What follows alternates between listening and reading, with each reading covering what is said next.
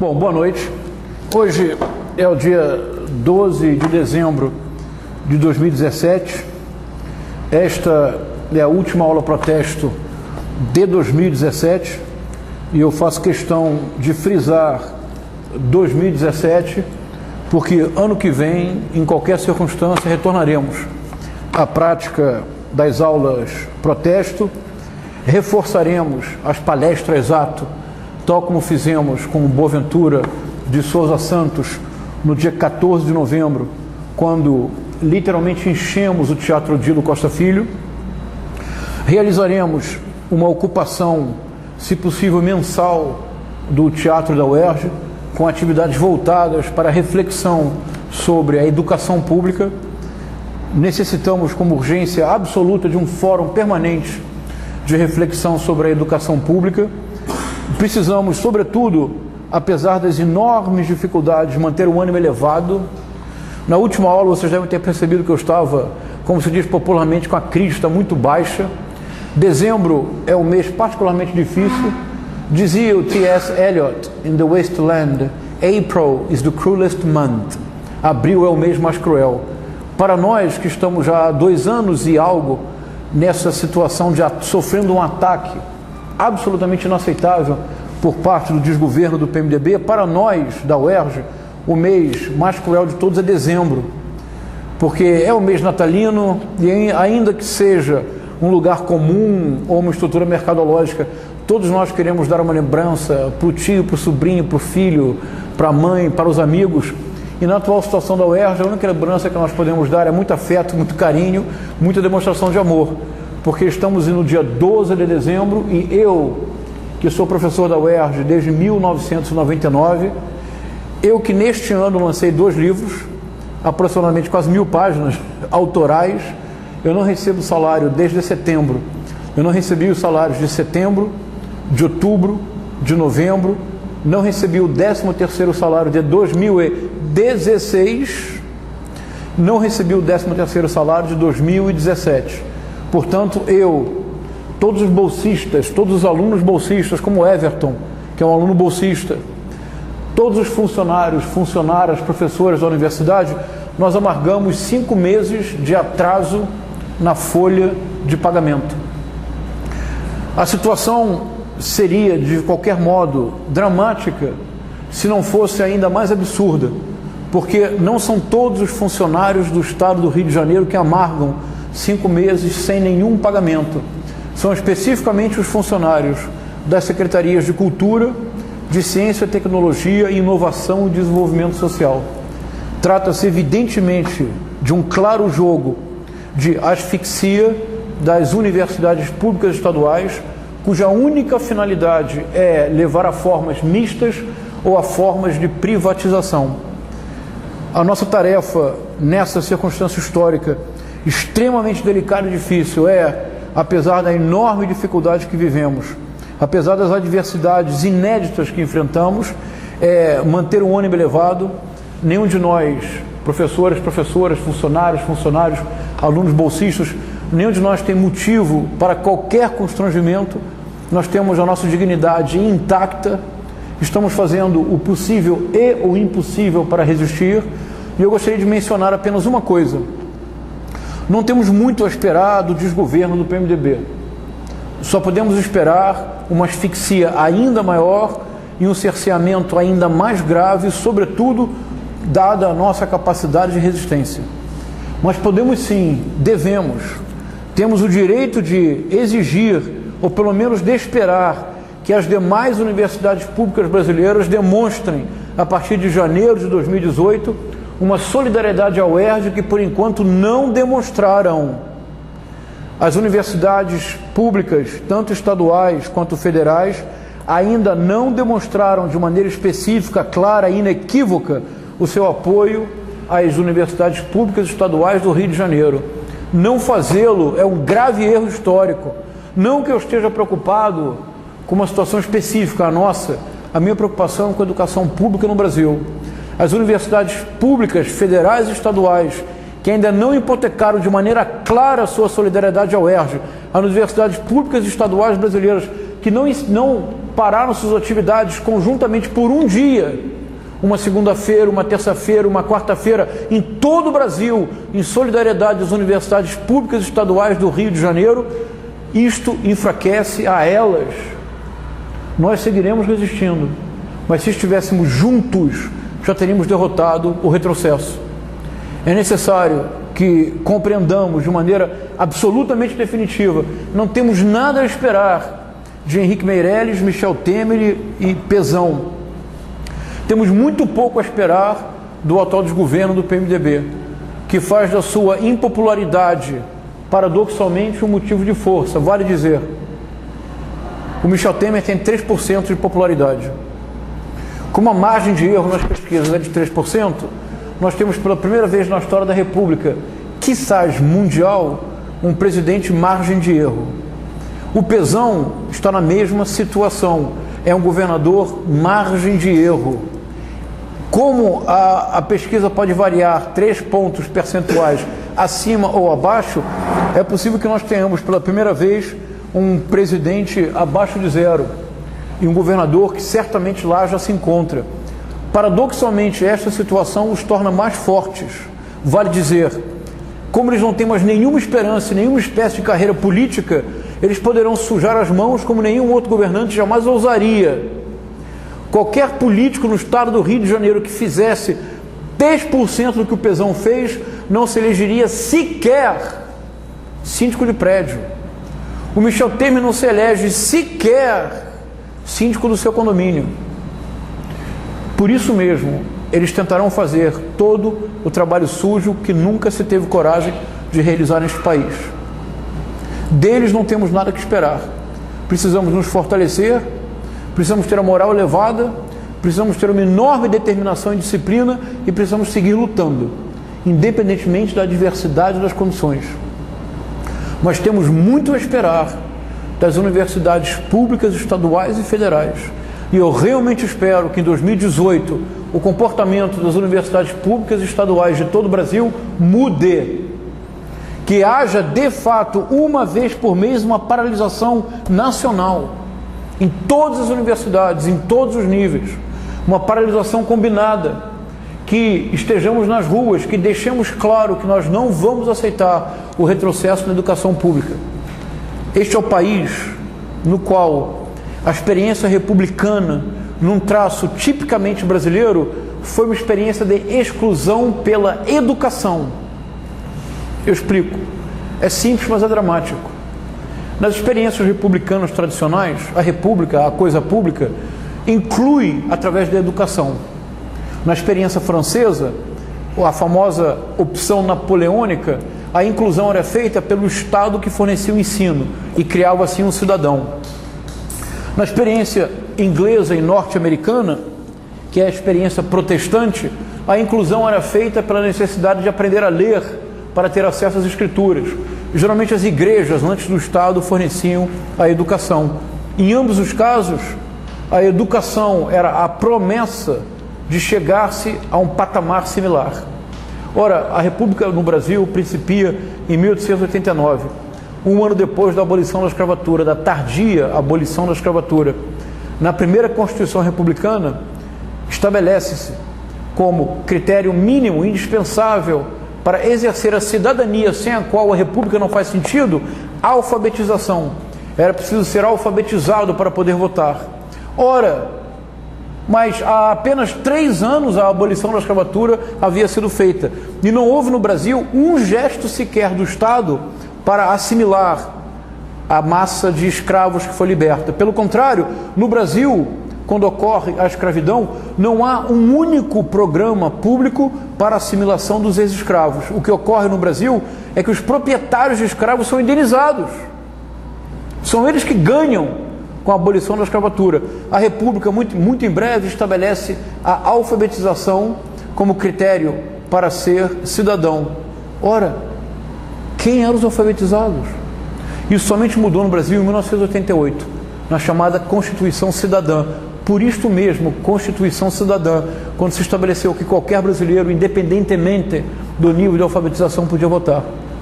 Nós começamos uma república no Brasil, na qual a educação era o correlato da escravidão, era a educação que excluía, como antes a escravidão segregava. Essa é a memória brasileira, essa é a tradição nacional. Por isso, num país como o Brasil, lutar pela educação pública não é apenas lutar pela educação pública, é lutar pela possibilidade de mudar toda a história do país. Por isso, esta é apenas a última aula protesto de 2017.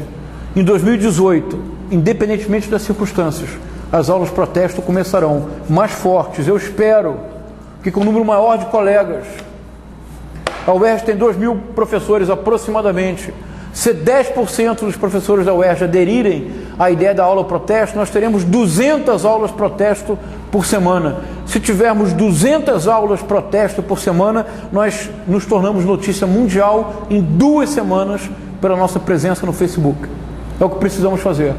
Teremos mais aulas protesto em 2018, teremos mais palestras aptas em 2018, teremos mais atividade em 2018, porque 2018 não é um ano qualquer, é um ano crucial, é um ano no qual poderemos nos reencontrar com uma ponte que nos leve de fato para o futuro e não para o abismo. Otelo. Mas tudo isso que eu disse só faz sentido porque agora nos dedicaremos integralmente à segunda cena do 5º ato, a última cena da peça Otelo. Somos todos Otelo, mas podemos não sucumbir ao destino de Otelo, especialmente se formos leitores atentos de Shakespeare. Dia 12 de dezembro de 2017, terminamos hoje a leitura da peça Otelo e apenas começamos uma nova determinação, um novo ânimo para seguir essa luta. O desânimo da semana passada nunca mais acontecerá. Não, da semana retrasada. O desânimo da última aula, que eu estava bem baqueado, nunca mais acontecerá.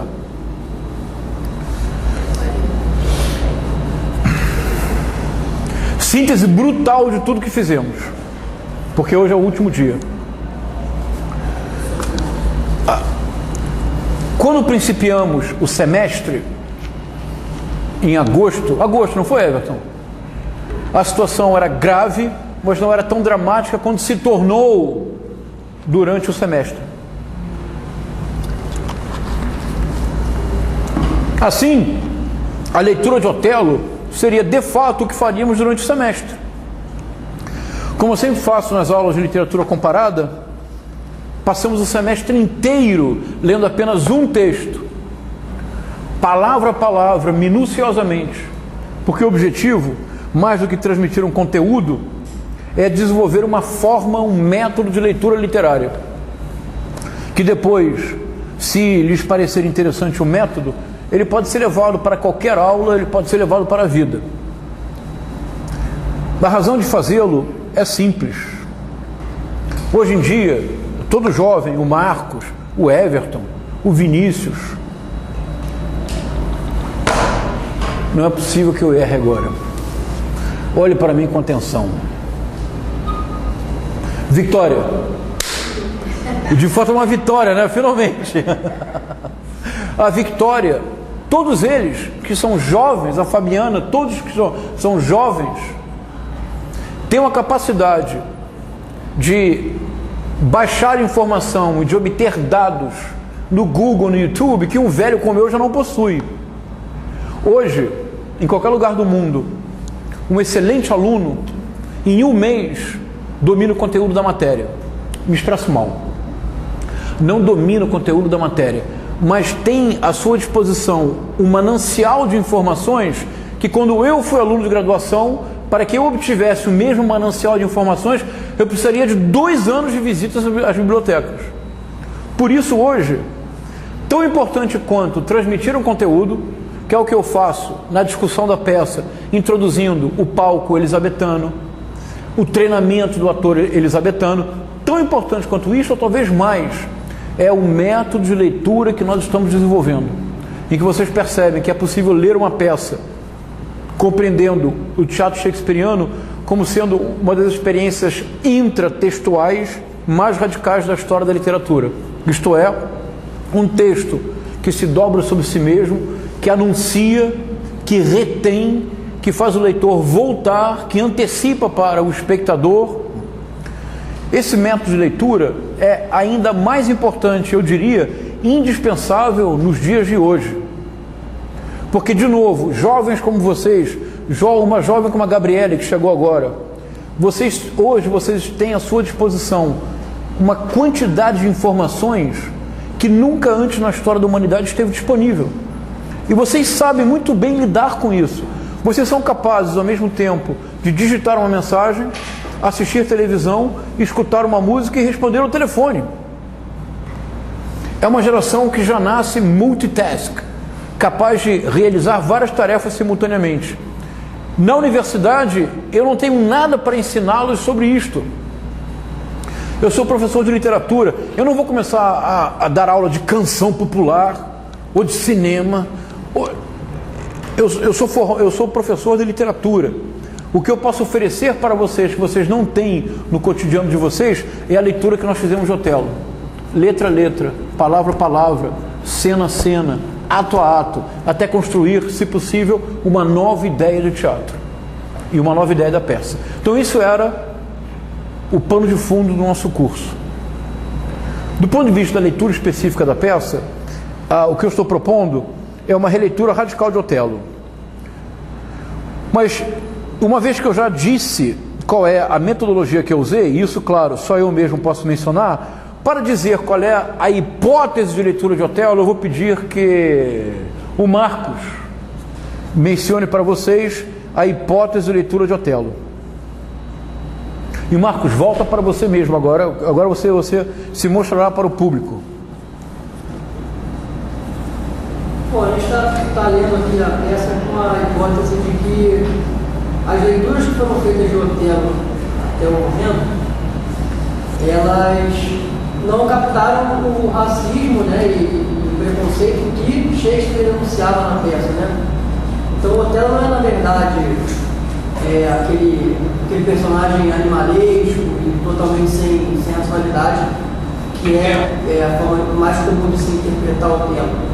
Mas que, na verdade, ele, pelo contrário, era um homem da guerra, mas um homem racional, um homem que tinha controle sobre os próprios atos, e que, na verdade, ele perdeu o seu lugar no mundo, e aí perdeu também um pouco dessa sua característica, né? Ele é um homem de guerra em tempo de paz. Então, qual é o lugar dele no mundo agora? E aí o Iago se aproveita dessa fragilidade momentânea e manipula a ponto de Otelo perder a sua característica de racionalidade, de controle. É mais ou menos por que ele tentou fazer uma leitura nova de Otelo. Excelente, Marcos. Muito bom, né? Brilhante resumo. Alguém quer acrescentar alguma coisa? Brilhante, Marcos, é isso. Esta era a hipótese inicial do curso em agosto, quando nós começamos a ler a peça. Esta hipótese já estava delineada, que Otelo, menos do que alguém que era um ciumento como fundamento da peça, o ciúme no Otelo não é causa da tragédia, é um efeito. Efeito de quê? Da progressiva perda de função que se abate sobre Otelo. Curiosamente, enquanto o curso se desenvolvia, a situação da UERJ se tornou mais e mais dramática, porque agosto foi o último mês em que recebemos salário. O último mês que recebemos salário foi agosto. É natural que em setembro a situação se tornasse muito difícil, que outubro se tornasse dramática, porque imaginem o que é para um pai de família, para uma professora, para um profissional em qualquer área, não receber salário por 4 meses. As contas devem ser pagas. Paradoxalmente, o mesmo Estado que não paga o salário do servidor já publicou ontem a tabela do IPVA e do IPTU. IPTU é município, é municipal, não nos afeta. Mas o IPVA, eu preciso pagar do meu carro está parado na garagem. Por quê? Porque eu não pude pagar o IPVA e não pude fazer a revisão do carro. Ou eu pago as minhas contas mais urgentes, luz, água, ou eu pago o IPVA. O mesmo Estado que não paga o meu salário já apresentou a tabela de pagamento do IPVA. Eu vou ter que pagar de novo o IPVA atrasado. Então é claro que a situação se tornou mais e mais dramática e a nossa leitura inicial adquiriu outra dimensão que nós não havíamos imaginado esta dimensão em agosto. E isso é talvez um dos aspectos mais assinaláveis da força da experiência literária. É porque esta leitura de Otelo permitiu que nós compreendêssemos de maneira forte que somos todos Otelo. Por que, Victória, somos todos Otelo? Mostra lá, Victória, Marcos. Victória, capricha. Fala alto para sair na gravação. E assim como o Otelo foi levado ao extremo, ao limite, a gente também, a UERJ, toda a comunidade da UERJ também foi levada ao limite. Isso. E assim como o Otelo progressivamente perde função, não, mostra lá, Victória, o que o governo do Estado está tentando fazer? A UERJ também perde a função e desmorona. É isso. Então, surpreendentemente, a nossa leitura não se transformou, mas se verticalizou, se radicalizou. Somos todos Otelo. Há dois momentos-chave para esta leitura, há mais, mas como uma síntese brutal para que possamos ler a última cena da peça. E concluir apenas neste ano as aulas protesto. Retornaremos em 2018. Retornaremos mais fortes, com um número maior de pessoas oferecendo aulas protesto, com um número maior de alunos, com pais, primos, sobrinhos, vizinhos, namorados, casos, complicações que estejam presentes. Que a sociedade fluminense venha para dentro da UERJ e saiba que a UERJ, a UENSO, a Universidade do Norte Fluminense são bastiões fundamentais para que este Estado seja menos desigual e menos violento do que ele é hoje. Ora, duas cenas-chave. Aquela cena em que Otelo, pela primeira vez, realmente desanima, tem um baque forte e parece acreditar em Iago, pela primeira vez. E o Otelo então diz para si mesmo, falando consigo mesmo, ele se pergunta por que Desdémona teria deixado de amá-lo. E ele então diz: Happily for I am black and declined into the vale of years. Ou seja, talvez porque eu seja negro e esteja declinando no vale dos anos.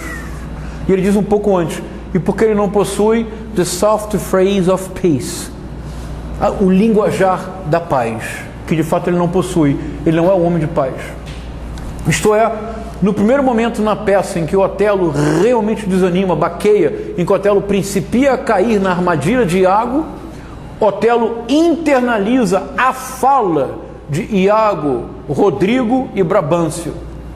Ele fraqueja porque ele se vê pelos olhos dos outros, mas não são outros quaisquer, são outros que o desprezam, são outros que querem vê-lo sem função.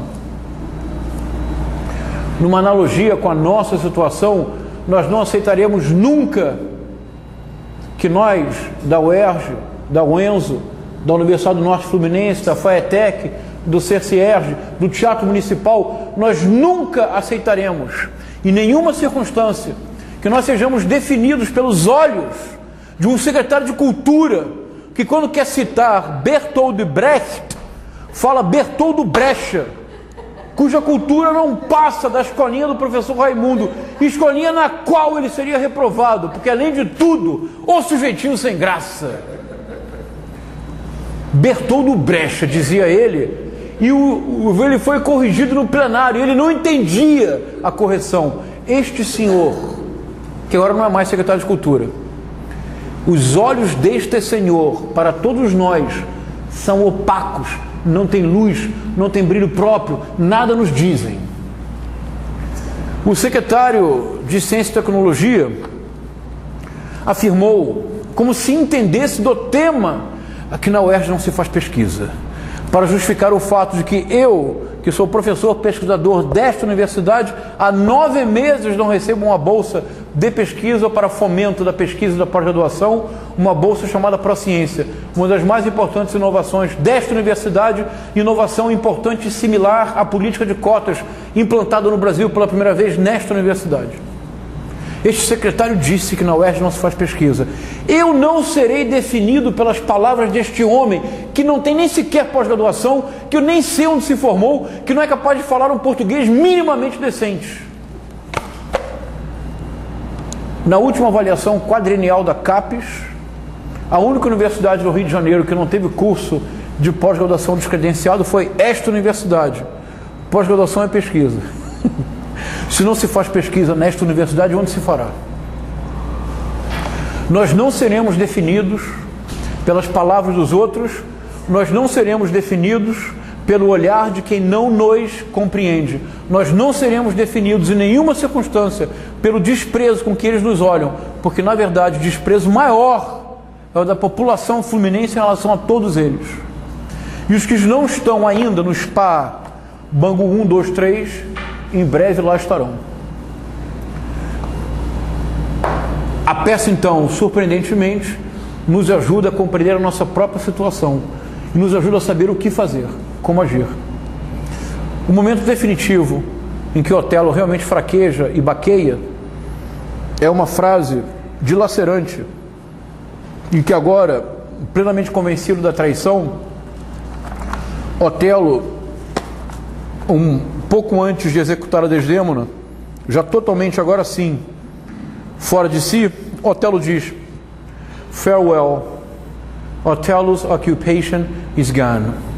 Ou seja, adeus. Ele se despede, por assim dizer, de si mesmo e diz: a ocupação de Otelo não mais, não há mais. Aqui Otelo perdeu completamente função. O restante da peça é o desfecho, que nós leremos agora. No quinto ato, a primeira cena, nós não vamos ler, mas é a cena em que ocorre a intriga fomentada pelo Iago para que Rodrigo tente matar a Miguel Cássio. E dessa forma, Otelo e Desdémona permaneçam em Chipre, em lugar de irem para a Mauritânia. A cena seguinte, a segunda cena, é uma cena dificilíssima, e esta é a cena que conclui o quinto ato, e nós dedicaremos o dia de hoje a esta leitura. Alguém quer acrescentar alguma coisa a essa síntese do semestre? Só uma coisa. Isso que aconteceu com o UERJ, realmente, como estava sendo dito desde o início pelo senhor, antes de chegar a essa situação dramática, era um ponto de partida para a destruição de todas as universidades públicas. E o que aconteceu em Santa Catarina com o reitor, e o que aconteceu agora em Minas Gerais com a UFMG, as pessoas do senhor têm toda a razão, deveriam se organizar nas universidades e marcar um tipo de manifestação pontual em todas as universidades públicas do país.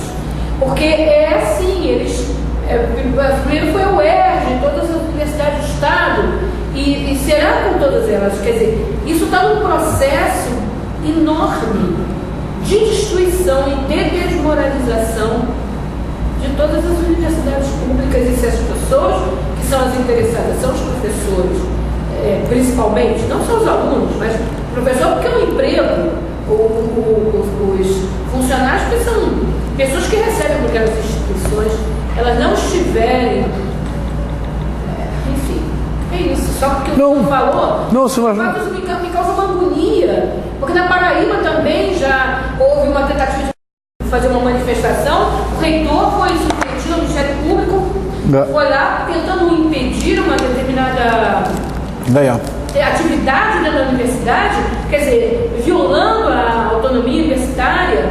Enfim, está acontecendo. A UERJ é o mais... A UERJ tem tido Isso eu tenho dito desde 2016, quando organizamos aqui a Abralic em 2016, 2017. O Estado do Rio de Janeiro é um pouco laboratório. As universidades públicas, estaduais e federais que não têm prestado solidariedade ao UERJ contarão com nossa irrestrita solidariedade. Poucas terão a capacidade de resistir durante 2 anos e meio, dois inteiros anos, o que temos resistido. Há 24 meses, esta universidade não recebe com regularidade verba de manutenção.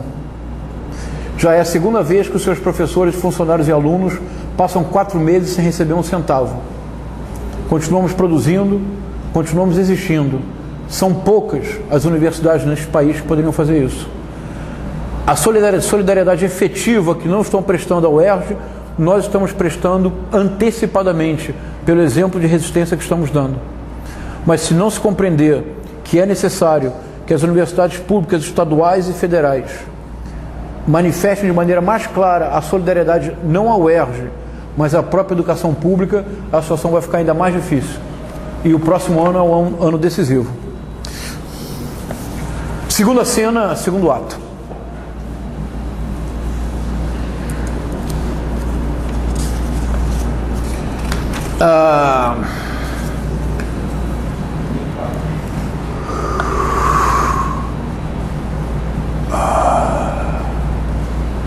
Gabriela, como está a sua voz hoje? Não, fala. Está boa a sua voz? Fale assim, jogue a voz para frente. Hoje você está sentimental? Então você vai ser Desdémona, tá bom?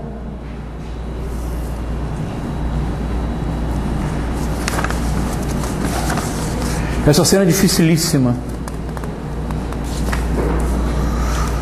José Eudes, você pode ser o Otelo? Contenção, Eudes, contenção. Aqui, contenção. Caso contrário, nós vamos apenas reproduzir o Otelo que nós sempre vemos. Contenção. Compreensão de que a ideia interpretativa desta cena, devo dizer antes de que princípios a lê-la, nós podemos concluir ao final de que a ideia não é boa. Mas como proposta, nesta cena, o Otelo está decidido a executar Desdémona. Ela traiu o pai, ela o traiu. A lógica do Otelo é da honra de um soldado, uma lógica militar. A instância que ele fraqueja pelo amor profundo que ele sente por ela e pelo desejo de que, afinal de contas, nada daquilo tivesse acontecido. Nós sabemos que nada aconteceu, mas ele está convencido, como nós vimos nos encontros anteriores. Ele foi exposto a um conjunto não desprezível de evidências diretas e indiretas. Ele viu a Bianca brandindo o lenço dele e ele ouviu a Bianca dizendo: encontraste no teu leito. E o Miguel Cássio confirmando, dizendo: mas não sei quem lá pôs. E ela diz: uma dessas raparigas que estão sempre atrás de você. A rapariga, havia dito Iago, era Desdémona. Então há uma contenção, mas ao mesmo tempo um desejo de que não fosse verdade. Mas ele vai viver nessa dualidade? Ele recupera um pouco o general, isso, se contém, e aí ele fraqueja. Porque, pensemos juntos, um homem que está descontrolado, totalmente descontrolado, pede para a pessoa que ele vai executar rezar. Ele pergunta para a pessoa: já rezaste? Não. Faça-o. Não quero matar vossa alma. Isso não é tipo de alguém que esteja descontrolado, é? Uma pessoa descontrolada, o que faria? Ele está no controle. É isso. Então vamos pensar um Otelo que nesta cena está no controle da situação. Ele vai executar alguém que ele acha que merece a execução, mas é alguém que ele ama profundamente. E que o que ele mais desejaria é que aquilo não fosse de fato necessário. Então um Otelo contido. Um Otelo contido nesta cena seria uma novidade. Eu vou sempre fazer a sonoplastia. Não, o Zé Vitor vai fazer a sonoplastia quando for necessário. Eu vou ler as indicações de cena. Essa cena se passa no palco elisabetano, no Inner Stage, que que eu mostrei para vocês. Vocês lembram? É aquela, tem um palco enorme, tem uma porta grande, e nesta porta, para trás desta porta, é o inner stage, é o quarto deles. Essa cena é fundamental. Entra Otelo com uma luz, Desdémona no leito dormindo. Isto é, a fala inicial do Otelo é uma fala para ele mesmo. A Desdémona está dormindo. Então, você não viu nada? Não, ué. É aqui em cena 2. Cena 2. Não, aqui é 4. Perdão. É a emoção do Otelo que começa a dominá-lo. Já é incorporação. Cena 2.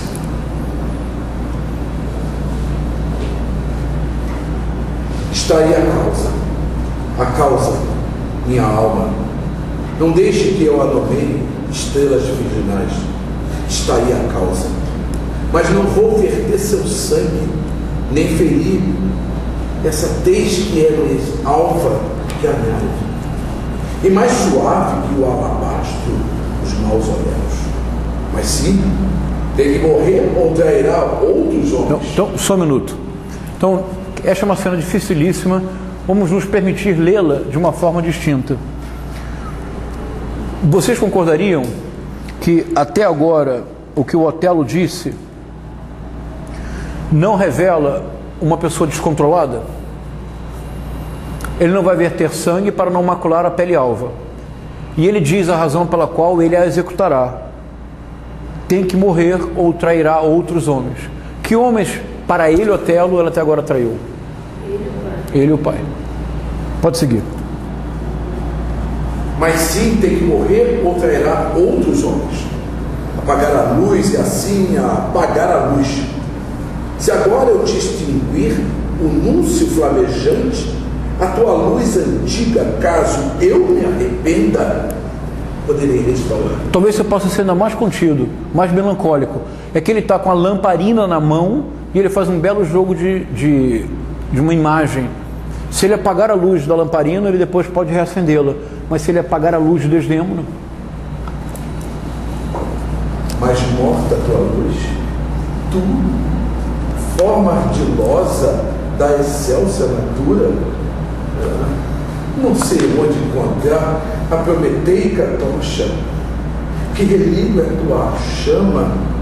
Se eu extrair a rosa, nunca mais poderei fazê-la irromper. Hora de murchar, e eu vou cheirá-la nos ramos. Hálito balsâmico que quase convence a justiça a quebrar sua espada, mas ele a beija mais uma vez.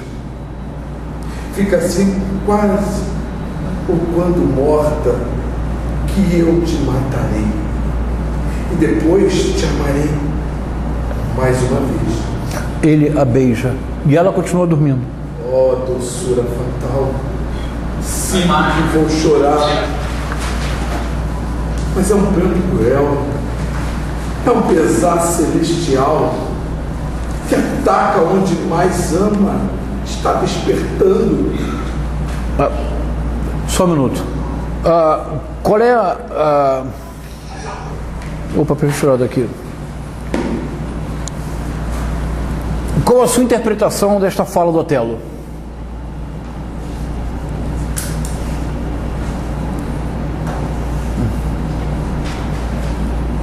É uma fala complexa, não é?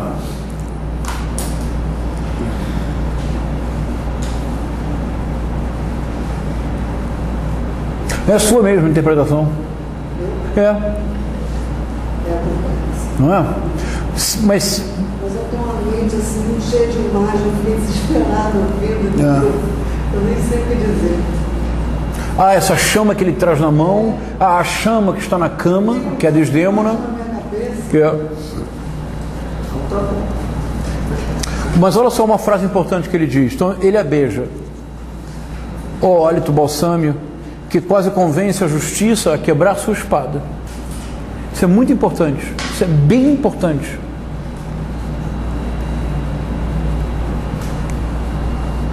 Everton, você pode comentar? Então ele a beija. Hálito balsâmio, que é o da Desdémona. Ele se aproximou dela, a beijou, ele sente o perfume da Desdémona, que quase convence a justiça a quebrar sua espada. Ele quase é tentado a não matá-lo. Isso. Usar a não tomar o seu trabalho de injustiçado. Isso. Mas qual é a palavra-chave que ele usa? Justiça. Ele falou em vingança? Ele falou em ressentimento? Ódio? A palavra que ele usa é a palavra justiça. Esta palavra justiça deve ser fortemente associada com tem que morrer, tem que morrer. É quase que ele não quer, tem que morrer, ou trairá outros homens. Imaginar o Otelo aqui, tem que morrer, ou trairá outros homens. É uma loucura de leitura. Ele está quase pedindo, ele está quase dizendo, algo ocorra para que eu não tenha que executá-la, tem que morrer ou trairá outros homens. Assim mesmo. É isso, Glorando a si mesmo. Mas ele está hesitando. A hesitação dele não é para fazê-la sofrer mais, é para não executar o que ele crê que deve ser feito. Mas qual é a palavra-chave que ele usa nesta passagem? Hálito balsâmio, que quase convence a justiça a quebrar sua espada. Zé Eudes, você que é ator, que trabalha com teatro, entende o que eu estou tentando dizer? Seria fantástico um ator que aqui demonstrasse ao mesmo tempo aquele homem que se impõe pela presença, mas que aqui ele está quase desesperadamente procurando algo para não realizar aquilo que ele crê que deve fazer. Mas por que ele deve fazer? Porque ele está com raiva? Não há raiva nesta passagem. Ele tem rancor? Aqui só há muito amor. Ele precisa realizar um ato de justiça. Um guerreiro guerreiro. É o guerreiro ferido, né? Isso. Doçura fatal, sinto que vou chorar, mas é um pranto cruel, é um pesar celestial que ataca onde mais ama. Está despertando. Faz sentido para vocês essa leitura? Seria muito interessante de pensar isso em cena, não seria? Pensar isso em cena. Seria outro Otelo, seria outra peça. Aliás, conheceria uma outra parte do Otelo que está escondido através do seu tempo. Que, no caso? Uma coisa desconhecida, um anonimato. No último suspiro dele, ele se mantém firme, porém, ele chega à beira do precipício. Claro. E a gente vai ver isso na fala final dele, né? Então, Zé, você está compreendendo o que eu estou propondo? Tenta fazer assim, então, um tom abaixo. Daqui a pouco o tom vai subir, mas por enquanto o tom tem que estar abaixo. Desdémona? Sim, sou eu, Desdémona. Joguei para a cama, meu Senhor. Já fez as preces noturnas? Sim, meu Senhor. Se tiver lembrança de algum crime seu, ainda não conciliado com o céu e com a graça, peça agora perdão. Essa fala é decisiva, não é? Agora aqui não resta dúvidas, não é? Ela vai morrer. Ela se dá conta. Porque qual a razão pela qual alguém... Parece quase um filme do Clint Eastwood, não é? Have you prayed already? Why? Because you're gonna die. Você pode imaginar um Clint Eastwood assim, né? Frio, gélido, né? Agora aqui o tom vai mudar um pouco. Eu acho também o William. Pode ser, claro. Aqui o tom vai mudar um pouco agora. De novo, é sempre muito estar atento a essa verdadeira montanha-russa da linguagem e do tom shakespeariano, que é muito importante. O problema muitas vezes das encenações do Shakespeare é que é tudo igual, todo mundo gritando o tempo todo, não é verdade? Eu falei para vocês que eu assisti um Otelo feito na Inglaterra há uns 3, 4 anos, feito no The Globe, e o pobrezinho do Otelo terminava a peça precisando de chá de gergelim, não é gergelim, não, gengibre, precisando desesperadamente de uma bala de gengibre, porque o pobrezinho gritava a plenos pulmões. Já fez as preces noturnas? Meu amigo, calma, senhor. A prece é noturna, não é noturno, não é? Não. A voz dele acabou. Não. Então aqui o tom vai mudar. Agora está mais tenso. Desdêmona, medo na voz. Faça, seja breve. Vou caminhar e já volto. Não quero matar teu espírito em despreparo, que o céu me livre. Não quero matar tua alma. Agora, alguém pode, em plena sua consciência, dizer que este homem está descontrolado? Mas eu preciso ter um imenso cuidado ao desenvolver este argumento. Eu comentei com vocês que uma vez, num festival de inverno em Ouro Preto, a primeira vez que eu apresentei publicamente essa hipótese, eu quase fui morto por um espectador. Ele me interrompeu e disse: isto é um absurdo. Apareceu o Otelo das encenações, né? Eu falei, por que? Ele disse: essa sua leitura é muito machista. Eu falei: a minha? Ele falou: é. Eu falei: por quê? Porque que morreu uma mulher. Eu falei: quem? Desdêmona. Ele falou: não, mas é um personagem. É que ele achou que a minha leitura, por assim dizer, eximia a responsabilidade de Otelo. Meu Deus do céu, é óbvio que não. É evidente. O próprio Otelo não se exime da responsabilidade, ele se suicida para expiar a sua culpa. Só que eu estou tentando mostrar é que a peça é muito mais complexa do que apenas reproduzir no irracional Otelo o preconceito de Iago Rodrigue Brabâncio. Então, vou repetir. Alguém que diz: faça, seja breve, vou caminhar, já volto. Porque quando as pessoas rezam e se confessam, não o fazem diante de ninguém, a não ser diante de um padre. Mas ainda assim, ninguém se confessa olhos nos olhos. No confessionário há uma penumbra, não se vê, os olhos não estão nos olhos do confessor. Então, vou caminhar, já volto. Não quero matar teu espírito em despreparo, que o céu me livre. Não quero matar tua alma. Então, mesmo neste momento agudo, tensão máxima, ele faz a distinção entre o corpo e a alma. Isso é bem importante na teologia da época e na mentalidade do tempo. Na Santa Inquisição, quando alguém, depois daquelas torturas horríveis da Santa Inquisição, se confessava, pedia perdão, a alma estava salva. A pessoa não era queimada viva. O que se queimava era um efígio da pessoa, porque a alma estava salva.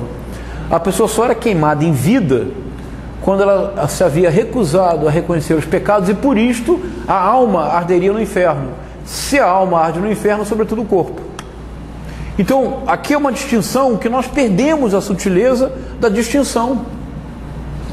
Mas isso situa o gesto do Otelo para o público elisabetano, isso é uma hipótese, num quadro de referências muito claro. O Otelo não está entrando no quarto dizendo: me traíste, por isso te matarei. Não, mas eu não fiz nada, cala-te. Não é isso que está acontecendo. O Otelo está, por assim dizer, levando a cabo uma execução.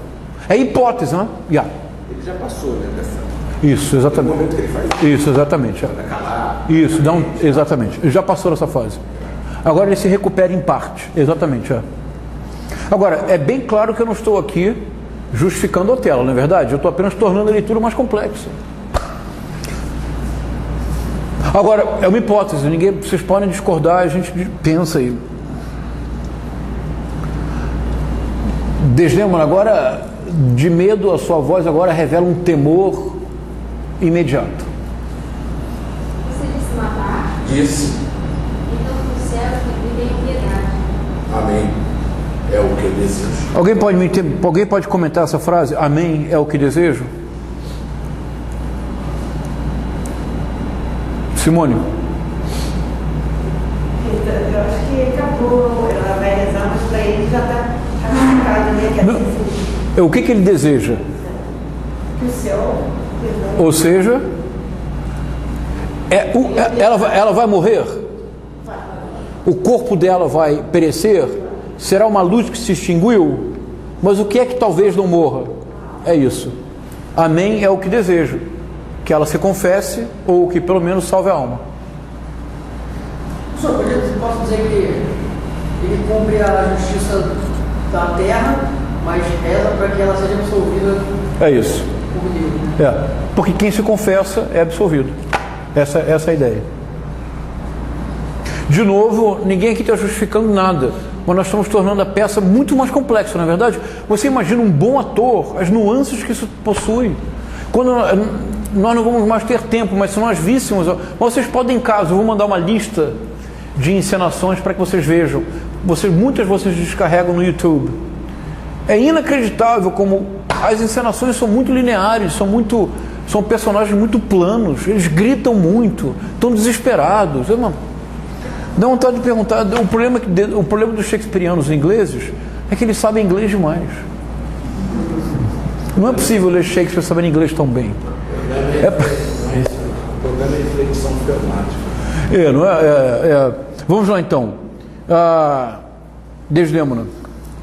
Se é isso, fica esperança matemática. Mas não entendo. É terrível essas notas que viram assim. Pouco tempo eu não sei, desconheço a culpa. Mesmo assim, sinto medo. Pensa em teu pecado. Olha que importante. Ela diz: desconheço a culpa. E mesmo assim sinto medo. Pensa em teu pecado. É quase o ritual da Inquisição. Na Inquisição, as pessoas eram levadas para o Tribunal do Santo Ofício e o padre, o algoz, dizia: houve uma acusação contra vós. O melhor que podeis fazer é assumi-la de vez. E assim saberemos que, apesar de pecadora ou pecador, vosso espírito deseja a luz. A pessoa geralmente pergunta, né? Mas o que disseram? Quem me acusou? De quê? Resposta do Tribunal do Santo Ofício. Isso está codificado. Não vos direi uma palavra. É parte de vosso arrependimento, que reconheceis vosso pecado, sei que eu tenho que dizê-lo. Mas a pessoa não sabe o que dizer. As torturas começam. As torturas da Santa Inquisição estavam codificadas de acordo com o tipo de pecado. Mas ora, isso já está no Dante, não é verdade? O inferno tem 7 círculos. E cada vez que o pecado é mais grave, o círculo está mais distante do purgatório. Claro, até que está nas profundas do inferno. Na presença, diria Guimarães Rosa, do capiroto, daquele que não se diz, do coisa ruim, do diabo, do satanás, do que tem pés avessos, daquele que não tem nome. E vai a lista completa do Guimarães Rosa, daquele que não tem nome. E que por isso mesmo não pode senão ter uma pluralidade. Aí aconteceu uma coisa terrível. Com aquelas torturas você dizia: mas eu me masturbo todos os dias. Não era este o vosso pecado, mas agradeço que tenhais confessado um outro. A tortura continua. Mas eu cobicei a mulher do meu melhor amigo. Tampouco era o vosso pecado. Ou seja, a pessoa terminava com um rol de pecados que nem o Marquês de Sade teria imaginado. Mas a estrutura básica era essa. Desconheça a culpa. Pense em teu pecado. Porque vós sabeis. Pensai em vosso pecado. Porque vós sabeis. O que eu estou tentando mostrar? Estou tentando mostrar que a estrutura do diálogo não é irracional. A estrutura do diálogo ecoa uma certa racionalidade jurídica da época. E aqui é a parte fria dele, né? Então, qual é o pecado? Desdémona? E o amor que lhe dei. Otelo? Sim, é por isso morres. E por isso morres. É morte perversa, a que mata por amor. Por que não nosso lado assim, pode assimilar um prêmio brutal não costuma seu corpo? Eu só espero que esses sinais não estejam lutados. Calada! Fique quieta! Porque aqui é por importante compreender que ele treme diante da... Como diria o Kierkegaard, tremor e terror. Ele treme diante do terror de ter que cumprir o que ele não deseja, a execução. E calada, fique quieta, porque ele está quase convencido a não mais fazer. Vocês percebem a tensão da cena? Pode seguir. Fico, mas me diz que foi. O lenço, aquele que eu gostava tanto e te dei, tu o deste a Cássio. Finalmente, então, ele nomeia o que seria o indício principal da culpa. Não, minha vida e alma. Chame o homem e pergunte. Cuidado com o perjúrio. Estás no teu leito de morte. Duas observações muito importantes. Nós já vimos esta cena na peça, não vimos?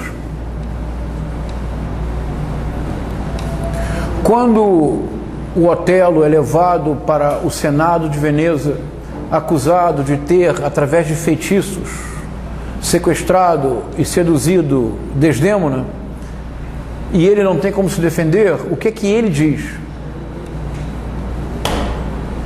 Chama Desdémona. E ele é salvo para Desdémona, não é? O que diz a Desdémona?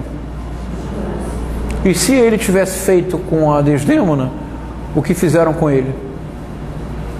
Se ele tivesse chamado Miguel Cássio, não teria tragédia, nós não estaríamos aqui falando do Otelo. Mas eu quero mostrar para vocês como, pelo avesso, o Shakespeare mostra que o Otelo se perde definitivamente quando ele não concede a Desdémona a prerrogativa jurídica que a ele foi concedida.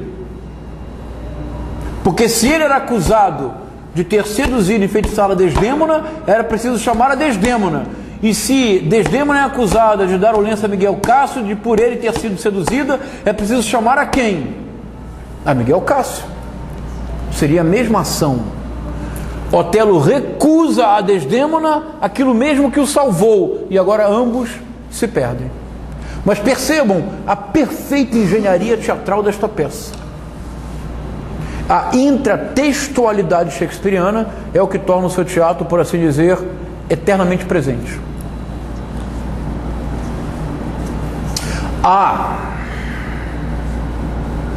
Essa frase é fundamental. Ela vai voltar daqui a alguns minutos com uma força impensada e que geralmente os encenadores não se dão conta. Cuidado com o perjúrio. Estás no teu leito de morte. Ora, ainda hoje no direito anglo-saxão se considera que as palavras de um moribundo são verdade absoluta.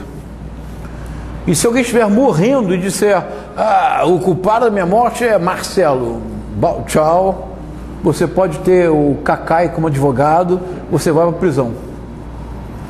Porque é o limiar para outra vida. Por isso a função no catolicismo da extrema-unção como um sacramento fundamental. Isso é tão importante que em Hamlet a peça só é possível porque o pai, o Hamlet pai, morre dormindo. E dormindo, salvo engano, ninguém pensa em santidade. E por isso, quando se dorme dormindo, portanto, sem a extrema-unção, a alma fica no limbo. Em termos populares, é uma alma penada. O pai do Hamlet é uma alma penada na peça. Mentir no leito de morte é a condenação completa da alma. É, inesperadamente, a confirmação que o Otelo tem do que ele acredita ser. Quanta complexidade nessa cena. Como ela é mal encenada. Desdémona. Mas ainda não para morrer. Sim, agora. Por isso confessa os pecados sem ressalvas, pois negações no teu juramento não vão abortar nem sufocar o embrião que se mexe dentro de mim. Morrer. Que Deus me tenha piedade. Eu digo, amém. E que tu também venhas. Jamais te ofendi em toda a minha vida, e jamais amei Cássio. Se não ser muitas vezes que estás que indicam como devalar, eu jamais o presenteei. Pelos céus, eu vi o meu lenço na mão dele. Tu perjuras, petrificas meu coração, me forças a chamar de assassinato o que pretendo fazer. Quando imaginava um sacrifício, Eu vi o lenço. Isso é fundamental, muito bom, Zé, ótimo. Aqui o desespero dele chega de fato ao máximo. Em Júlio César, há uma cena fundamental em que Brutus diz para aqueles que no momento seguinte matarão a Júlio César. Ele diz: Let us be murderers, not butchers. Sejamos assassinos, não açougueiros. Claro, eles vão matar Júlio César com facadas. Serão açougueiros se despedaçarem o corpo. Serão assassinos sacrificiais se cada um der apenas uma facada. Porque se cada um der apenas uma facada, quem de fato o matou? Como sabê-lo? Mas se cada um der 10 facadas, não apenas o corpo é literalmente destroçado, como se fosse uma carne no açougue, como todos serão igualmente responsáveis pela morte. Nos fuzilamentos há um ritual. Há uma espingarda que está sem munição, mas nenhum soldado sabe que espingarda é aquela. Quem terá matado? Há pelo menos a possibilidade de que há a certeza de que um entre eles não o matou. Há a possibilidade de que sejam todos.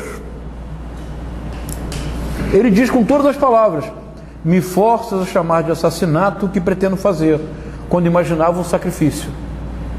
O que ele imaginava era uma execução, era justiça.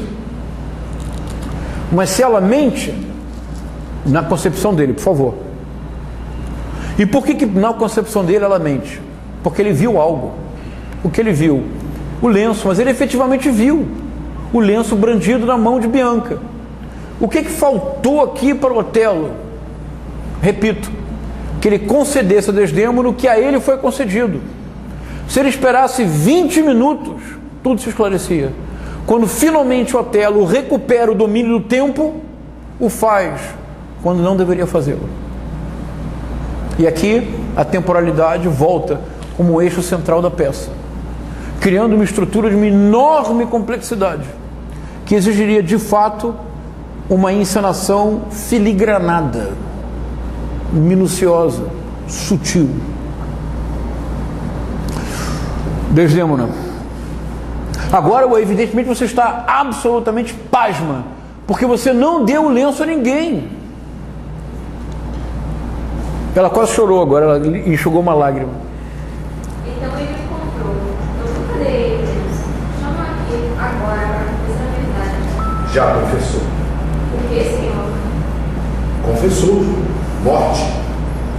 Tio, Senhor. Mas como? Ilegalmente? Sim.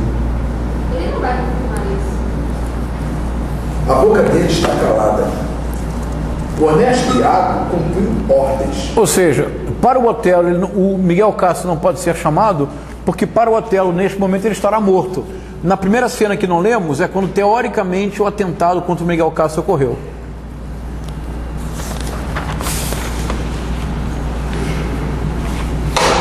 O meu medo começa a interpretar. Ele está morto. Se houvesse vida em cada fio de seus cabelos, teria estômago para me vingar de todos. Ele foi traído e eu arruinado. Fora! Puta! Vai chorar por ele na minha frente? Agora de fato, não há mais controle, não é, agora realmente é o Otelo que nós estamos acostumados a ver. Agora. E claro que a Desdémona está chorando, mas por que, Desdémona, que você está chorando aqui? Você está chorando porque Miguel Castro morreu? Por que você está chorando? É isso, porque você está em pânico. Agora você está na iminência da morte. Vai. Senhor, me expulse. Agarrando-o, suplicando. Senhor, me expulse, deporte, mas não me mate. Deita, meretriz. Quer dizer, deita na cama para que ele a mate. Mate-me amanhã, pouco minha vida esta noite. Ela luta com ele. Não. Se resistires, Meia hora, eu tenho para fazer minhas preces. tarde demais. Ele a sufoca. Depois de feito, não há pausa. Ó Senhor, Senhor. Aqui já está, Senhor, Senhor, você está sendo sufocada. Emília dentro. Emília, Carla, Emília. Olha o desespero seu agora. Meu Senhor, Senhor, ó meu Senhor, meu Senhor. Muito bom, isso mesmo. Que ruído é este? Não estás morta, não ainda? Mesmo sendo cruel, sem ser também piedoso. Não gostaria que tua dor se prolongasse assim. Ele a sufoca novamente. Senhor, Senhor, Senhor. Quem é que está aí? Um minuto. Não vamos passar muito do tempo, mas eu preciso que comentar algo. Nós já lemos uma cena desta, não lemos?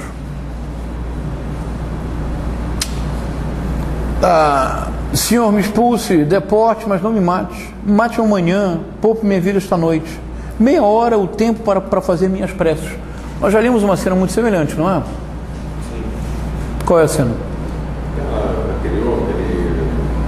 Ela pede. Isso, exatamente. Exatamente. Aquela cena que a Desdemona diz: e quando receberás? Hoje à noite? Amanhã à tarde? Terça-feira? Agora ela faz a seu favor. Meia hora que o Otelo tivesse esperado, meia hora que ele tivesse, para que ela fizesse as preces e tudo se resolvia. Vocês estão compreendendo então a leitura que eu estou propondo? Isso resgata, creio, a imensa complexidade da peça, com todos esses lances intratextuais que são realmente perdidos nas interpretações dominantes. E se a hipótese for viável, não é preciso estar certa, se ela for viável, e se nós estivermos diante de uma nova complexidade dessas cenas, teremos feito não pouco, porque esta peça, bem ou mal, completa agora 4 séculos. E não seria de todo inadequado e inoportuno que o fizéssemos numa situação tão complexa como a nossa. E o podemos fazer apenas porque, ao contrário de Otelo, we are taking our time. Nós estamos literalmente aproveitando o tempo de que dispomos. Pode seguir. Sim, é Emília. Para Emília. Espere só um pouco. Ou seja, ele não abriu a porta ainda, ele olha para Desdemona. Agora, Eudes, está morta, acabou. Acabou, ela está morta. Agora tem que mudar. Porque agora ela está morta, ela está morta. Descobrimos em breve que, como sempre acontece no Shakespeare, as pessoas demoram muito a morrer. No Shakespeare as pessoas demoram muito a morrer. E uma das coisas mais geniais é o Hamlet, quando ele diz: estou morrendo, I'm dying, estou morto. É genial isso, né? Estou morto, eu acho absolutamente extraordinário. I'm dead, eu acho uma coisa absolutamente extraordinária. Isso acontece muito nos faroestes também, né? As pessoas no faroeste, elas demoram muito a morrer, né? Antes de morrer elas dizem: realmente eu quero dizer que toda a minha vida, tem aquele discurso imenso.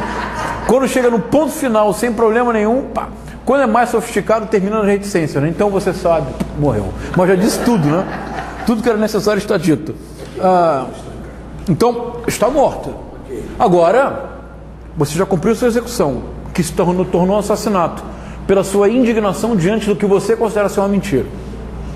Agora, você agora olha, você está escutando ruídos, então... Percebe a dificuldade para um ator disso? Porque é inacreditável, né? Tem nuances. É uma coisa incrível. Então, você tem que mudar palavras. É claro. Frase. Impressionante, né? Dentro da mesma frase você muda. Espere só um pouco. Está bom. Pelo ruído intenso, bem me dizer de certo que Cássio morreu. Não se mexe. Quieta. É um túmulo. Será que a deixo entrar? Parece que está se mexendo. Não. O que faço agora? Se ela entrar, vai querer falar com minha esposa. Minha esposa? Que esposa? Eu não tenho esposa. Hora insuportável e pesada. Agora, só um minuto. Nós já lemos a estrutura desta cena, não lemos? Quando o Otelo, diante do Ludovico... Pode falar. Isso. Quando o Otelo, diante do Ludovico, pela primeira vez distrata Desdemona, tem a carta nas mãos e fala com os dois, com Ludovico e com Desdemona. Ludovico e Desdemona. A cisão do Otelo o leva a esta situação. Estou só chamando atenção para vocês como é extraordinário nessa carpintaria teatral como as cenas vão se espelhando, mas quando se espelham, aprofundam e revelam o que não estava claro na primeira cena. Remarkable. Vai. Hora insuportável e pesada, quisera agora surgisse um gigantesco eclipse da lua e do sol e ficasse o globo atônito, pasmo ante tal transformação. Agora Emília entra. Emília. Senhor, suplico, quero falar com o Senhor, ó meu bom Senhor. Tinha te esquecido. Oh, pode entrar, Emília. Calma. Chamando. Vou fechar a cortina. Ele fecha as cortinas da alcova. Agora fala para Emília. Onde estás? O que tens? Qual é o teu problema? Ele destranca a porta e entra Emília. Ó meu Senhor, houve um terrível morticínio. E de novo, essa força do teatro shakespeariano. A Emília está se referindo ao Miguel Cássio, mas o comentário serve para o que está escondido na cortina. O terrível morticínio não é do Miguel Cássio, que não morreu, embora o Rodrigo tenha morrido. O terrível morticínio, o público sabe que a fala dela não se refere à cena, mas o público sabe que a fala é, em alguma medida, comentário da cena. É muito bom, não é? Como texto assim, teatral, é pá! O quê? Agora? Agora mesmo, meu Senhor. São essas aberrações que a lua produz quando raramente se aproxima da terra, ensandecendo os homens. Senhor, Cássio matou um jovem veneziano chamado Rodrigo. Rodrigo foi morto? E Cássio foi morto? Não, Cássio não foi morto. Não foi? O assassino não teve o justo fino e a doce vingança? Já se amarga. Morta, injustamente, falsamente. Senhor, mas que grito é esse? Que grito? Onde? Saia! Fora! Era a voz de minha senhora. Abre a cortina da alcova. Socorro aqui! Ó senhora, fale de novo! Ó doce Desdémona! Ó doce senhora, fale! O povo está morto sem culpa. Pode seguir. Quem foi que fez isso? Ninguém, eu mesma, a Deus. Vai e recomenda o meu esposo. Oh, a Deus. Morre. Assassinada? Mas como? Ah, não sei, quem pode saber? Você ouviu dizer que não fui eu? Sim, ela disse. Devo dizer que é verdade. Ela é como um farsante que vai para o inferno. Só um minutinho, vamos parar aqui um minutinho. Repete a frase, Emília. Sim, ela disse. Devo dizer que é verdade. Por que a Emília deve dizer que aquilo que disse Desdémona é verdade? Porque ela foi de morte. Exatamente, isso. Muito bom. Com a lei de morte.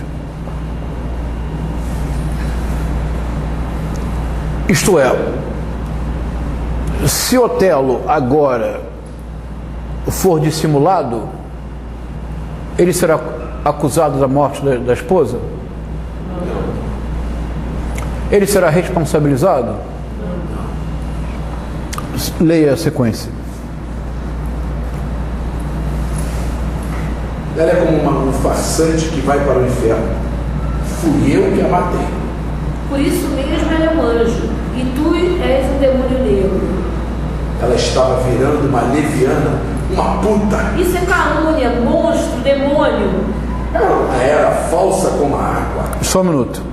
Vocês percebem a complexidade do que nós estamos lendo agora? A Desdémona efetivamente mente na hora de morrer? Ué, como não? Ela não foi morta pelo Otelo? Então ela mentiu. Ela mente por amor.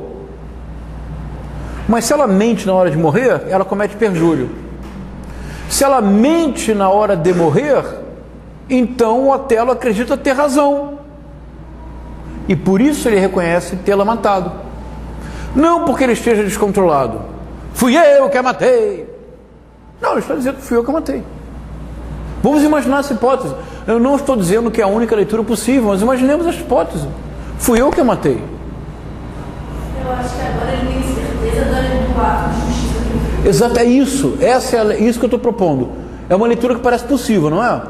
Que, meu Deus do céu, alguém aqui está achando que eu estou justificando Otelo? Não, né? Por favor. Meu Deus do céu, senão aí a vida fica difícil. É isso. Paradoxalmente, ela mente para protegê-lo. Mas ao fazê-lo nos olhos dele, ela se revela como leviana e horror. É isso. Mas ela protege ele até o fim. Mas então vocês percebem a complexidade dessa cena? Vocês percebem então que é necessário que na encenação haja toda essa nuance, que geralmente não há.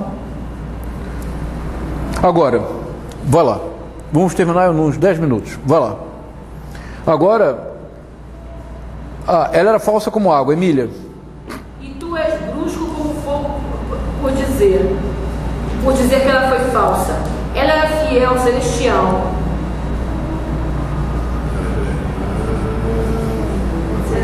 Ok. Cássio amontou. Cássio amontou. Agora, nós já escutamos esse emprego, montou. Quem é que disse que Otelo montou na minha cela? Iago. Vai. Vai e pergunta ao teu marido. O que eu caio em desgraça nas furnas do inferno, se cometi sem o devido fundamento. Uma ação assim extrema, teu marido sabia. Agora, só um minuto, peraí. Vamos ler isso de novo, por favor? Com menos ênfase, vamos ver o que acontece. Cássio apontou. Vai e pergunta ao teu marido. Isso. Que eu caio em desgraça nas furnas do inferno, se cometi sem o devido fundamento. Uma ação assim extrema, teu marido sabia. Ou seja, percebem? Que para ele qual era o fundamento? Era um ato de justiça, baseado em quê? Na traição, que por sua vez é confirmada pelo fato de na morte ela ter mentido para inocentá-lo. Vocês percebem como tudo se torna muito mais complexo? É de uma complexidade tal que não é fácil imaginar esta peça realmente bem encenada. Corre o risco do público não entender. Corre o risco do público jogar tomate no ator, dizendo, está tentando desculpar o Otelo?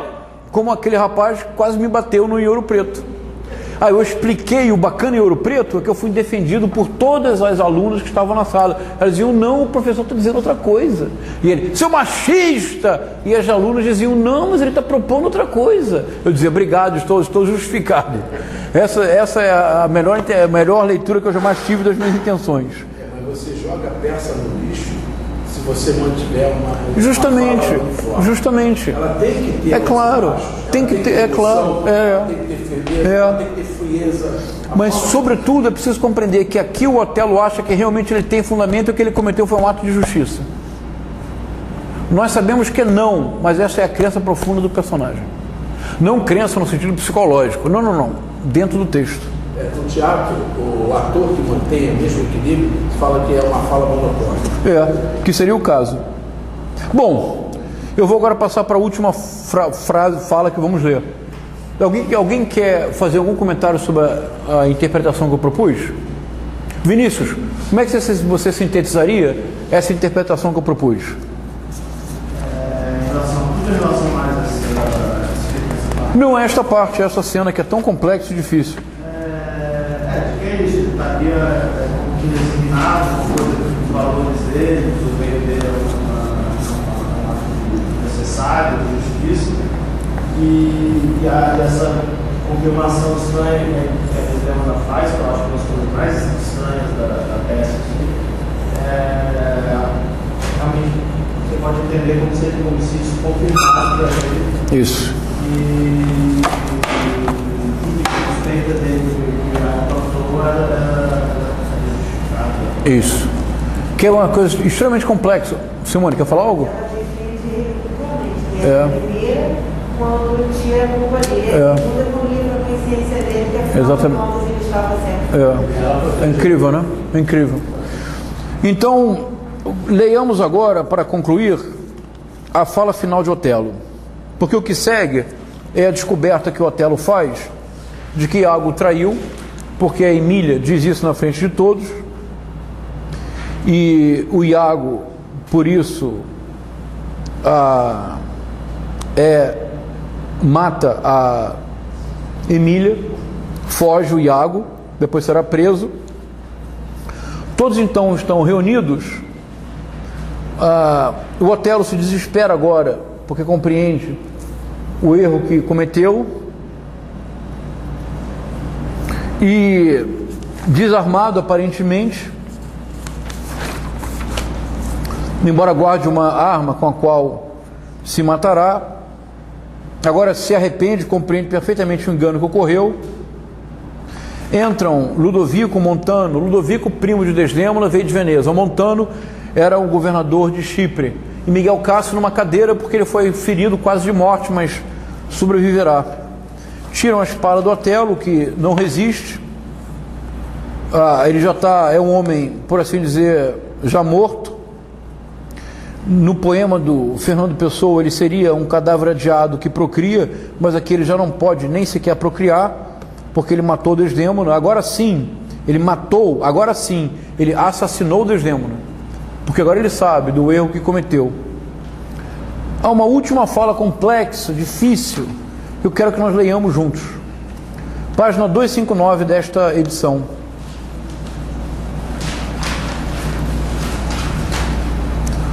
Ludovico. Então o Cássio, o Rodrigo, ao morrer, deixa uma carta no bolso. Esta carta revela toda a trama urdida por Iago. Tudo se esclarece no final. Não há dúvida alguma de que Otelo foi vítima da armadilha e do ardil do Iago. E vamos ler agora as últimas falas de Ludovico, de Otelo, e vamos até o final da peça. E eu quero chamar a atenção para algo... Não vou chamar a atenção, vamos ler. Então, Marcos, você será Ludovico... você está lendo, você não pode, né? Consegue ler? Você será Ludovico, assim, para Otelo, cumpre que deixe este quarto. Zé Eudes, você continua sendo o Otelo. Simone, lê Graciano, é uma fala. Marcelo, você pode ler Cássio. Então, Ludovico, para Otelo. Cumpre que deixe esse quarto e venha conosco, pois seu comando e poder ele foi tirado. E Cássio governa Chipre. Quanto a esse escravo, se alguma refutada crueldade existe, que lhe traga tormento e conserve vivo, e ele a terá. O escravo aqui é o Iago, né? E a punição é a tortura, era muito comum. A tortura era uma punição muito comum. Tu vais ficar encarcerado, até que o teu crime fique claro para o estado de Veneza. Leve-o daqui. Agora, só um minuto. Essa fala do Ludovico e o que segue depois é algo bastante enigmático, creio, mas proporia que a leitura que nós desenvolvemos ajude a esclarecer. Otelo assassinou Desdémona, não é? Eu quero saber que linha que você quer que eu adote. Não, não, então, vamos pensar juntos aqui, vamos lá. Olha só, Otelo matou Desdémona, não matou? É óbvio que ele foi injusto, não houve justiça alguma. Houve apenas um engano e um ardil. Na fala do Ludovico, que é o representante de Veneza, a fala dele com Otelo é desrespeitosa? Cumpre que deixe este quarto e venha conosco, pois seu comando e poder já lhe foi tirado, e Cássio governa Chipre. Quanto a esse escravo, Iago, se alguma requintada crueldade existe que lhe traga tormento e o conserve vivo, ele a terá. Ou seja, o Iago será torturado aos poucos, para não morrer logo. É o Dr. Amilcar Lobo, de Veneza. Tu, para o Otelo, vais ficar encarcerado até que o teor do teu crime fique claro para o estado de Veneza. Tu vais ficar encarcerado até que o teor do teu crime fique claro para o estado de Veneza. Ele está dando sentença. Não, mas para que o teor do teu crime fique claro, é preciso mais clareza. Há um corpo estendido no chão. A vida como ela era. Há lá um corpo estendido no chão. Está lá o corpo estendido no chão. Esse comando e poder de advogado pode ser de si mesmo. Isso, é que ele perdeu mesmo o comando para o Miguel Cássio. O que eu quero chamar a atenção... Isso. Sim, é uma possível também, dentro da nossa leitura, não é? E compreendo perfeitamente o que você está dizendo. É muito bom. O que eu quero dizer é o seguinte: a fala do Ludovico é desrespeitosa com o Iago? Com o Iago? E com o Otelo? Ele chama o general. Como? Ele era primo de Desdémona. Como que dissesse, eu não sei se esse corpo aí verdadeiramente está morto ou se você matou, né? Não é maldito porque fizeste isto? Como pudeste cometer tal crime? Agora, a fala do Otelo é definitiva. Vamos lá. Então aqui, você sabe que ao final da sua fala você vai se matar. Porque assim como você supôs que fazia justiça ao executar, ao fazer um sacrifício de alguém que traíra duplamente o pai e o marido, agora você sabe que o erro é tão terrível cometido que foi apenas um assassinato cruel, desnecessário, indigno de um general. Matar a mulher com as próprias mãos. Indigno de um homem e de um general. Então não há opção. Você precisa agora fazer justiça. A justiça que você não pôde fazer com Desdémona, você fará consigo mesmo. Como os romanos. O suicídio por honra era uma instituição romana. Em todas as peças shakespearianas, os romanos que estão desonrados se matam com grande eloquência. Esta vida sem honra, de que vale? Nada. E o que farei? Bum! A morte. Então aqui você recuperou, você finalmente recupera-se a si mesmo. Infelizmente, no momento em que esta recuperação já de nada serve. É isto. Espere, duas palavras antes de irem. Pois tem serviço ao Estado e isso é sabido. E basta do assunto. Ou seja, ele está respondendo ao Ludovico. Até que o teor do teu crime fique claro para o Estado de Veneza. E ele vai esclarecer o teor do crime agora. O próprio Otelo vai fazê-lo. E já que ele vai esclarecer o teor do crime, no momento seguinte, ao terminar, ele não precisa viver. A justiça que ele não comete porque erra, ele comete contra si mesmo. Rogo-lhes que em suas cartas, quando relatarem essas ações aziagas, falem de mim como sou. Nós já lemos isso em algum momento, não lemos? O primeiro ato, primeira cena, que diz o Iago: eu não sou o que sou. I am not what I am. Mas o que o Otelo deseja, rogo-lhe que em suas cartas, quando relatarem as ações aziagas, falem de mim como sou. Pode seguir. Não abrandem nada, nem usem de malícia. Falarão de alguém que amou muito, mas com insensatez.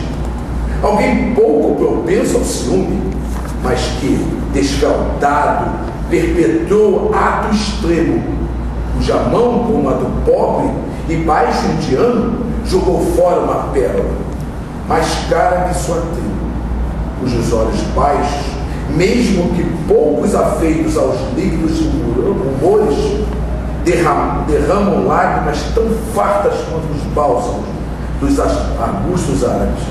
Sim, transcrevam isto e digam também que certa vez em Alepo, quando um turco pernicioso e aturbantado golpeava um veneziano e difamava o Estado, peguei pelo pescoço esse cão circunciso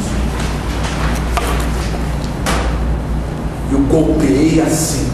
Ele se apunhala, ele tira a arma que ele tinha guardada e se apunhala. Eu acho que eu nem preciso fazer comentário aqui, na verdade. O mais importante, ele diz no final que ele era alguém pouco propenso ao ciúme. Ninguém o contestará. Na fala seguinte, ninguém o contesta. Vejamos o que acontece, por favor. Ludovico. Fim terrível. Você então, Ludovico. Fim terrível. Ou seja, mas espera aí, mas o Ludovico diz: maldito, matou-se covardemente antes que nós pudéssemos fazê-lo. É isso que ele diz? Ele lamenta a morte do Otelo. Ora, mas como entender isso? Ele é primo da Desdémona. Eu vou propor algo no final. Graciano. Tudo que disse se anulou. eu te beijei, depois te matei.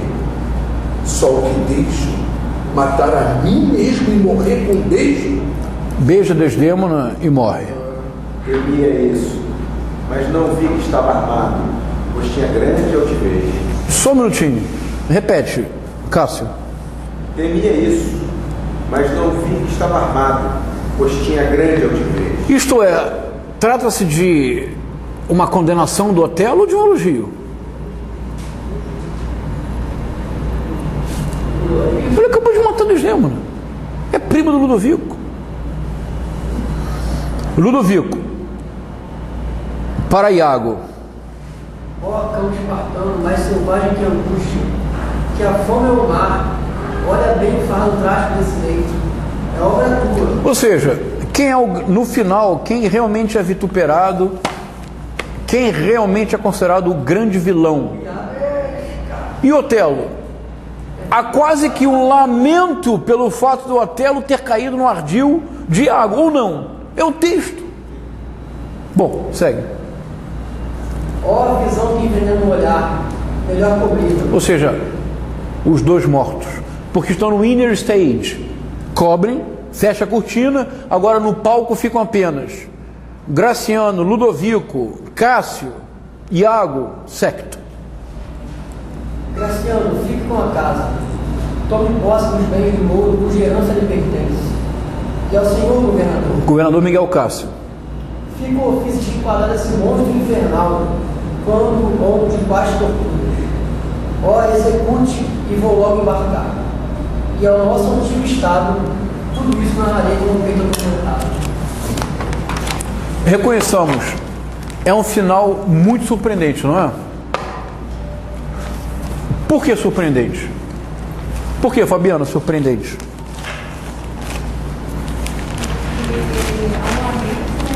Isso. Isso. Quem é a única personagem que efetivamente, sem medir as palavras, condena completamente Otelo? Alguém falou Emília. Emília.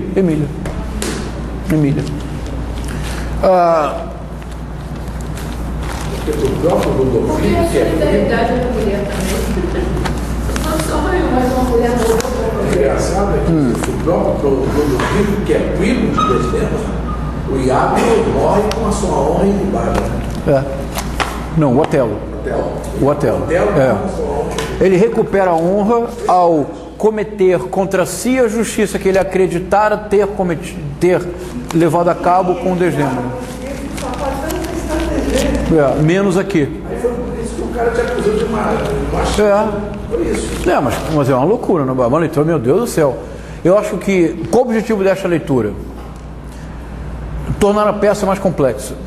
É apenas uma hipótese de leitura, cuja finalidade é imaginar uma encenação de Otelo que coloque em cena toda esta complexidade, que nenhuma circunstância significaria uma justificativa do que ocorre, imagina, mas significa colocar o espectador na encruzilhada que o próprio personagem vive, ao passo que as encenações usuais, nas quais Otelo desde sempre é alguém muito próximo do irracional, do irracivo, do descontrolado, esta encenação, esta interpretação involuntariamente reproduz as falas de Iago, Rodrigo e Brabâncio no primeiro ato.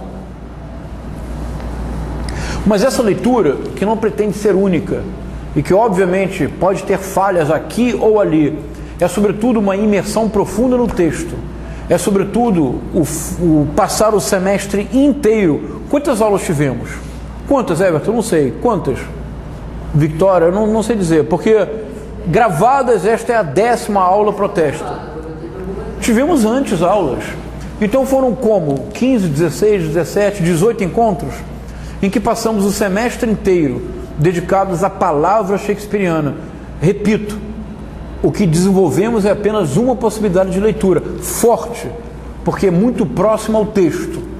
E uma leitura tão forte e tão potente que nos ajudou a compreender que o momento pelo qual passamos agora, provocado pelo Iago maior que jamais enfrentamos, porque enfrentamos hoje, no Rio de Janeiro, no Brasil, um Iago, o pior de todos.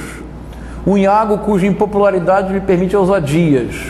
Um Iago cujas frases parecem não ter muito sentido, como, por exemplo, aproveito-me de minha alta impopularidade para realizar. É uma frase que parece pouco razoável para um político. Seria semelhante, por exemplo, a que o Filipão dissesse: aproveito-me da derrota de 7-1 para afirmar-me como técnico e para manter a seleção da mesma forma.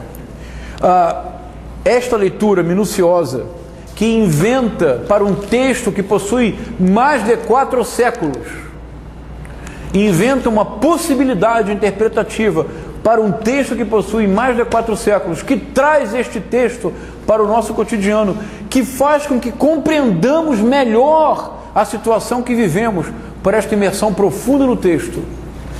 Essa forma de leitura, este convívio entre nós, neste semestre inteiro, nessas condições absolutamente adversas, isso torna o texto parte cúmplice, parte integrante do nosso cotidiano, mas revela, acima de tudo, que em nenhuma circunstância Iago algum será capaz de tecer um ardil no qual cairemos, porque lemos a peça com grande amor, intensidade, e sabemos que quando isto ocorrer, só o que é necessário é esperar meia hora.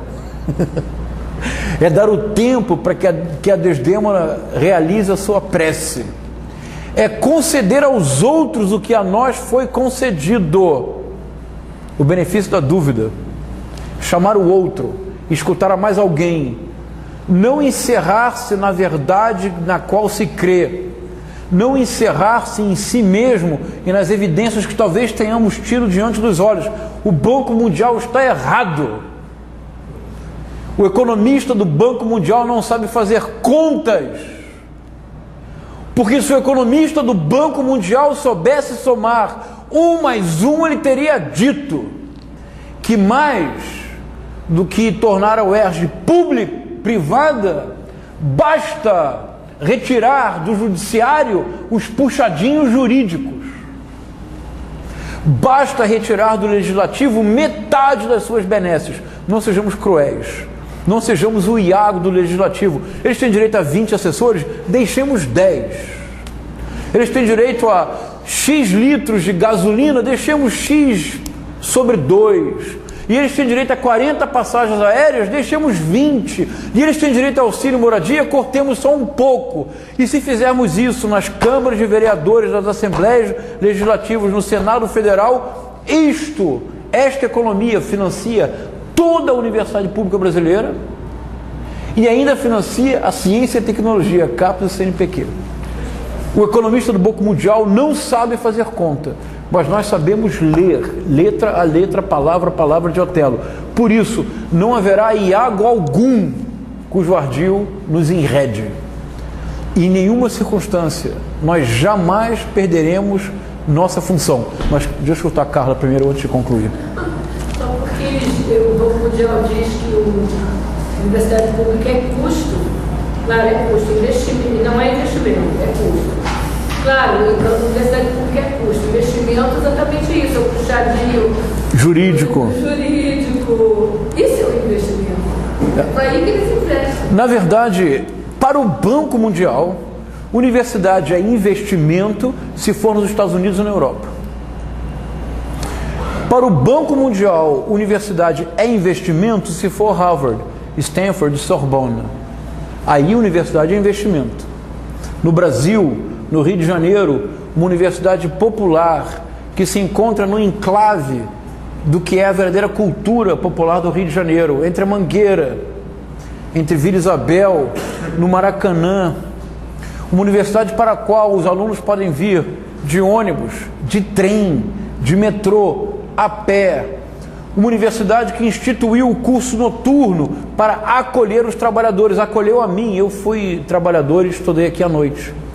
Uma universidade que implantou a política de cotas pela primeira vez neste país e que mudou o panorama da universidade. Você, Carla, fez aqui direito há muitos anos. Você não via o Brasil nas salas de aula. Hoje, na UERJ, a universidade tem a cara plural deste país. Não é como os cinemas, os teatros ou os museus deste país, em que nós entramos e teríamos a impressão de que estamos na Europa ou nos Estados Unidos. Então, esta universidade, na nossa luta, que continuará em 2018, 2019, 2020, nas aulas protesto que faremos no próximo ano, nas palestras atos que multiplicaremos no próximo ano, em todos os eventos que realizaremos juntos no próximo ano.